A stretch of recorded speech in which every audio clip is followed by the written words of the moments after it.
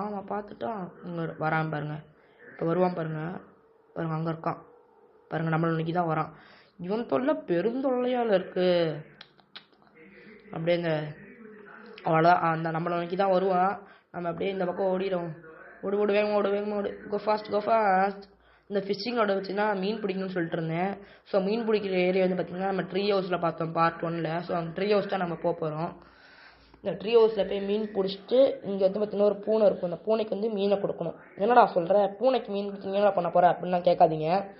Wait and see. இதுக்கும் wait பண்ணுங்கள். First ஃபிஷ்ஷிங்கோட எங்கே இது இல்லை இதை கொடுக்குறேன். பேட்ரி ஒன்று பண்ணுவோம்.